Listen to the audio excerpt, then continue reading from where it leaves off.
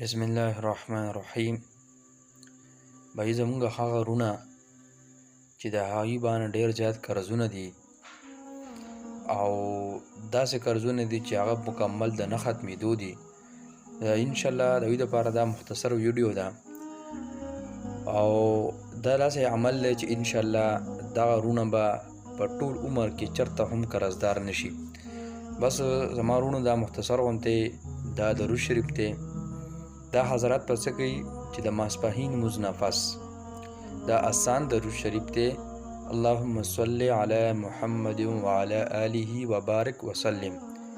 اللهم صل علی محمد وعلى آله وبارک وسلم. دا آسان درود شریف دی. دا به د ماسپښین لمونځ نه پس 100 پیرې وایي.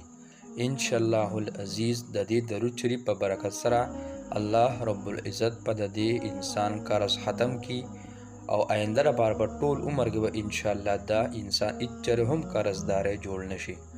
نو به دا مختصر عمل دی او به دا وظیفې مونږ ټولو ته کول پکار دي. د وظیفو په وجه باندې الله رب العزت د انسان ډېره زیاته زندگی بدلوي.